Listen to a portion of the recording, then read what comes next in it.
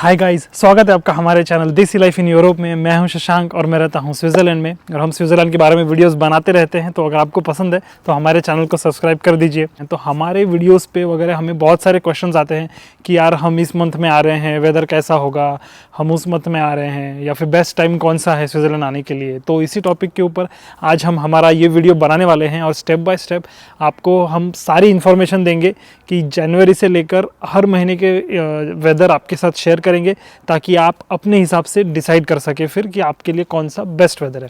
तो चलिए फिर इस वीडियो को शुरू करते हैं। तो गाइज़, अगर आप यूरोप का ट्रिप प्लान कर रहे हैं और ख़ास करके स्विट्ज़रलैंड का, तो आप हमारी वेबसाइट desilife.travel ज़रूर चेक कीजिए। उस पर हमने फ्री में इटिनरी पूरी शेयर करी हुई है और साथ ही में आपको क्या लाना चाहिए, क्लोथ्स वगैरह, उसकी भी इन्फॉर्मेशन है। होटल्स आपको कौन से बुक करनी चाहिए वो भी इन्फॉर्मेशन हमने शेयर करी हुई है, अच्छे बजट होटल्स, लग्जरी होटल्स। तो हमारी वेबसाइट ज़रूर विज़िट कीजिएगा। तो अब बात कर लेते हैं वेदर के बारे में। तो वैसे तो वेदर एक बहुत ही अनप्रेडिक्टेबल चीज़ है। आजकल वेदर ऊपर नीचे होते रहता है, कोई ऐसा फिक्स नहीं बोल सकता कि यार हाँ इस महीने में ऐसा वेदर रहेगा। लेकिन अभी हम यहाँ पे इतने सालों से रह रहे हैं तो हम हमारे एक्सपीरियंस के हिसाब से आपके साथ शेयर करेंगे पूरी इन्फॉर्मेशन। तो best time to visit in Switzerland के बारे में अगर बात करें तो अभी मंथ बाय मंथ अपन देखेंगे कि कौन से महीने में कैसा वेदर होता है। वैसे तो स्विट्ज़रलैंड बहुत लोग बोलते हैं बहुत ही अच्छे व्यूज़ आते हैं यहाँ पे, बहुत खूबसूरत है और हर एक सीज़न का इसका अपनी अपनी स्पेशलिटी है। तो जैसे विंटर व्यूज़, स्नो व्यूज़ भी पसंद होते हैं लोगों को, उसके बाद समर के व्यूज़ भी पसंद होते हैं। तो अलग अलग व्यूज़ आते हैं हर सीज़न में। तो जनवरी से पहले शुरू करते हैं। तो जनवरी यहाँ पे विंटर सीज़न होता है प्रॉपरली और टेम्परेचर यहाँ पे सिटीज़ में जाता है 0 से 4 डिग्री सेल्सियस के बीच में रहेगा और माउंटेन्स में तो नेगेटिव में रहता है, -4, -5, -8 भी जाता है। तो प्रॉपर विंटर यहाँ पे फिर स्नो कवर्ड होता है ज़्यादातर चीज़ें। सिटीज़ में उतना नहीं रहेगा, एक आध बार 2 बार वगैरह स्नो होता है, लेकिन माउंटेन्स वगैरह तो पूरे कवर्ड रहेंगे। तो इसकी जो प्रोज है जनवरी के वो ये है कि जैसे मैंने बताया तो स्नो कवर्ड बहुत अच्छा होता है। तो ऐसे टाइम पे ग्लेशियर एक्सप्रेस, उसके बाद स्नो माउंटेन्स में वगैरह घूमने में बहुत मज़ा आता है। तो अगर आपको स्नो पसंद है तो ये डेफिनेटली आपके लिए मंथ है। और ना यहाँ पे क्राउड थोड़ा कम होता है जनवरी में, क्योंकि यहाँ पे जो स्विट्ज़रलैंड के स्कूल्स वगैरह है उसमें छुट्टियाँ नहीं होती है। फेब में आता है छुट्टियों का सीज़न, तो उस वजह से यहाँ पे क्राउड वगैरह भी आपको कम मिलेगा। तो जनवरी इस तरह से एक अच्छा मंथ है। लेकिन अगर कॉन्स की बात करें तो कॉन में ना यहाँ पे एक तो ठंडी है बहुत ज़्यादा। तो अगर आपको ठंड नहीं पसंद है तो फिर आप ये मंथ अवॉइड कर सकते हैं। और यहाँ पे जो डे लाइट है, इसकी डे लाइट भी अराउंड 8 से 9 घंटे की डे लाइट होती है। तो सुबह 8 बजे सनराइज़ होगा और 4:30-5 बजे तक के सनसेट हो जाता है। और जनवरी में ना यहाँ पे एक हॉट एयर बलून का फेस्टिवल होता है, उसकी लोकेशन में मेंशन कर दूंगा। तो वो एक स्पेशल हाईलाइट है, इसलिए मैं मेंशन कर रहा हूँ यहाँ पे। तो अगर आपको पसंद है तो वो आप अपने इसमें इंक्लूड कर सकते हैं और जनवरी में ही फिर अपनी ट्रिप यहाँ पे प्लान कर सकते हैं। तो नेक्स्ट आते हैं फरवरी में। तो फरवरी में भी टेम्परेचर यहाँ पे सिटीज़ में around 0 to 4 or 5 degree Celsius के बीच में होता है और माउंटेन्स पे नेगेटिव में -4, -5 वगैरह डिग्री सेल्सियस तक के जाता है। तो फरवरी में और यहाँ पे ना लोकल जो स्कूल्स वगैरह है उनके छुट्टियाँ होती है फरवरी में, इस वजह से सब लोग घूमने निकलते हैं। तो थोड़ी आपको क्राउडिंग वगैरह मिल सकता है, चहल पहल रहती है। अच्छा, माउंटेन्स पे यहाँ पे स्की वगैरह करते हैं लोग। तो उस हिसाब से फेब मंथ जो है वो विंटर का बोल सकते हैं कि सबसे अच्छा है ट्रैवलिंग के लिए वगैरह, क्योंकि कार्निवल्स वगैरह भी ऐसे टाइम पे ऑर्गेनाइज होते हैं। ज्यूरिक में होता है, उसके बाद लुजन में होता है, बाज़ेल में होता है। और फरवरी में भी सेम ही रहता है जनवरी जैसा, क्योंकि काफ़ी सारा स्नो रहता है और फिर आप ग्लेशियर एक्सप्रेस वगैरह ले सकते हैं। आपको अच्छे स्नो से कवर्ड स्नो हाउसेस वगैरह, झरमैट में वगैरह जो व्यूज़ आते हैं वो बहुत ही बढ़िया आते हैं। तो अगर आपको स्नो व्यूज़ देखने हैं, स्नो में खेलना है, स्नो को पूरी तरह से एंजॉय करना है, तो ये फिर जनवरी और फरवरी ये 2 मंथ अच्छे हैं। तो नेक्स्ट अगर मार्च की बात करें तो मार्च एक ना ट्रांजिशन मंथ बोल सकते हैं इसको, क्योंकि मार्च में ही फिर थोड़ा सा ठंड कम होने लगती है, जिस वजह से ना फिर थोड़ा सा रेनी वगैरह मौसम हो जाता है। तो रेन्स के चांसेस, विंडी होता है, तो इसलिए ये मिक्स वेदर होता है मार्च में। तो मार्च में हम बोलेंगे कि आप अवॉइड कर सकते हैं अगर पॉसिबल है तो। अगर आपको करना ही है तो मोस्टली आप ट्राई कर सकते हैं मार्च के लास्ट वीक में वगैरह करें। तो मार्च में जो वेदर होता है ना वो टेम्परेचर थोड़ा सा बढ़ जाता है, तो अराउंड आपको सिटीज़ में 1 to 2 डिग्री सेल्सियस से लेकर 4, 5, 6, 7, 8 तक भी दिख सकता है टेम्परेचर। और माउंटेन्स में भी टेम्परेचर थोड़ा सा ऊपर हो जाता है, तो -2, -3 वगैरह उस रेंज में आ जाता है टेम्परेचर। और मिड मार्च से एक प्रो है कि यहाँ पे फिर स्प्रिंग वेदर शुरू होने लगता है, तो ट्यूलिप्स वगैरह जो यहाँ पे फ्लावर्स है बहुत सारे अच्छे, स्विट्ज़रलैंड में पार्क्स है चेरी ब्लॉसम के वगैरह, तो वो वगैरह बहुत बढ़िया लगते हैं।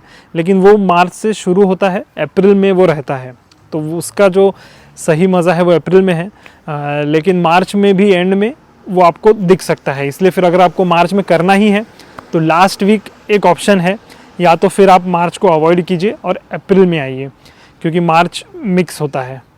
तो अगर नेक्स्ट अपन अप्रैल की अगर बात करें तो अप्रैल एक अच्छा होता है सीज़न, क्योंकि अप्रैल में स्प्रिंग सीज़न होता है, तो बहुत जगह पे फ्लावर्स वगैरह बढ़िया आ जाते हैं।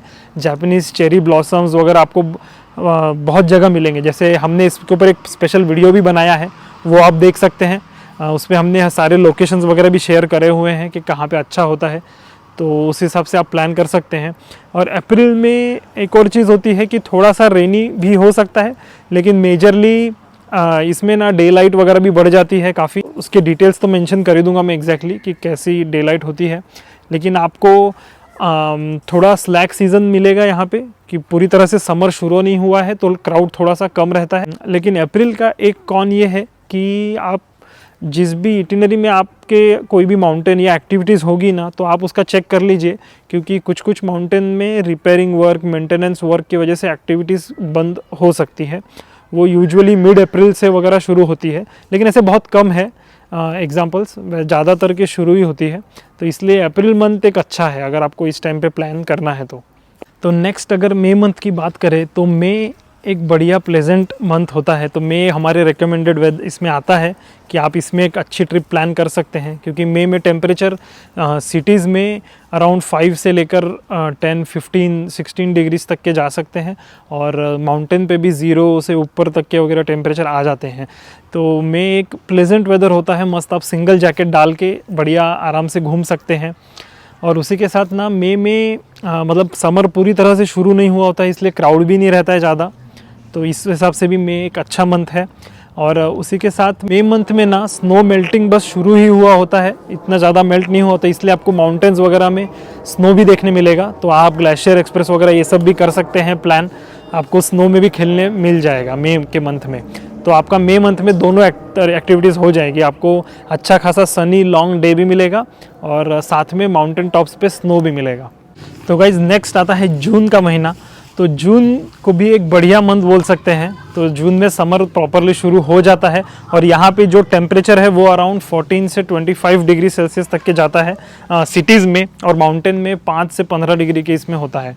तो माउंटेन पे भी बढ़िया वेदर होता है और सिटीज़ में भी, और घूमने के लिए ये एकदम प्लेजेंट और बढ़िया महीना है।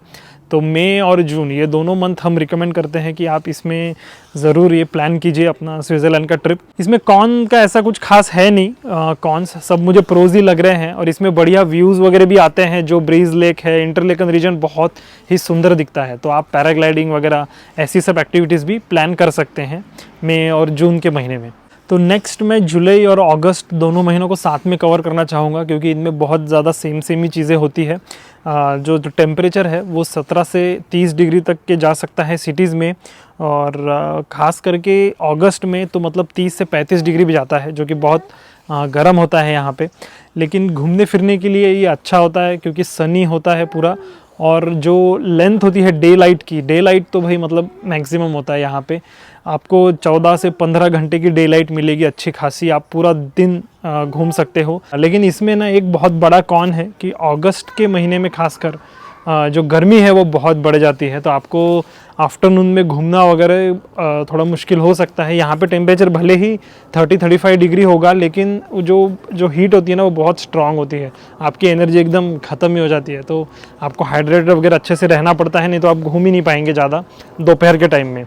और इसमें ये सीज़न की खासियत ये है कि आप बढ़िया मतलब शॉर्ट्स, स्कर्ट्स वगैरह सब पहन के आराम से घूम सकते हैं। आप फ्लिप फ्लॉप्स वगैरह वो भी पहन सकते हैं, आपको क्लोज्ड फुटवेयर या फिर बड़े बड़े जैकेट्स वगैरह कुछ ज़रूरत नहीं पड़ती है ये मंथ्स में, जुलाई और अगस्त में। एकदम आप आराम से शॉर्ट्स वगैरह ये सब में घूम सकते हैं। तो यहाँ पे फिर अगस्त में, अभी ये जो महीने थे ना, ये एक्चुअली समर के महीने थे, मई, जून, जुलाई, अगस्त। तो इन मंथ्स में आपको लाइट जैकेट, कुछ ज़्यादा हेवी क्लोथिंग नहीं लगती है एज़ कम्पेयर टू विंटर में, क्योंकि विंटर में तो आपको एकदम पैक होके ही निकलना पड़ता है, सब कुछ मफलर वगैरह ये सब पहनना पड़ता है। लेकिन समर के मंथ में आप एक खाली जैकेट डाल के निकल सकते हैं। माउंटेन्स पे आपको लगेगा जैकेट के साथ में ग्लव्स वगैरह ये सब लगेंगे, लेकिन सिटीज़ में वगैरह, टाउन्स में वगैरह नहीं लगता है।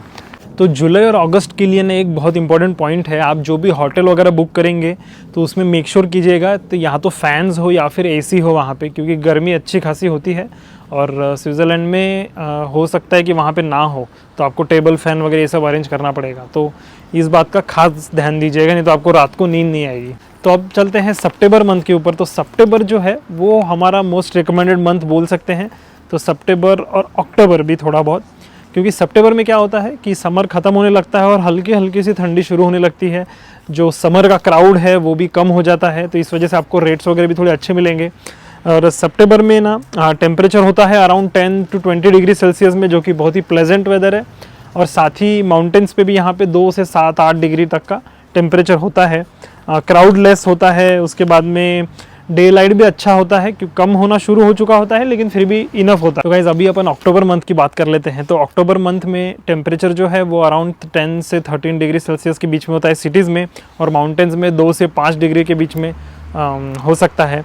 और अक्टूबर महीने में ना खास करके ऑटम का सीज़न होता है, तो आप अभी देख सकते हैं अभी अक्टूबर का ही महीना है जब मैं ये वीडियो शूट कर रहा हूँ।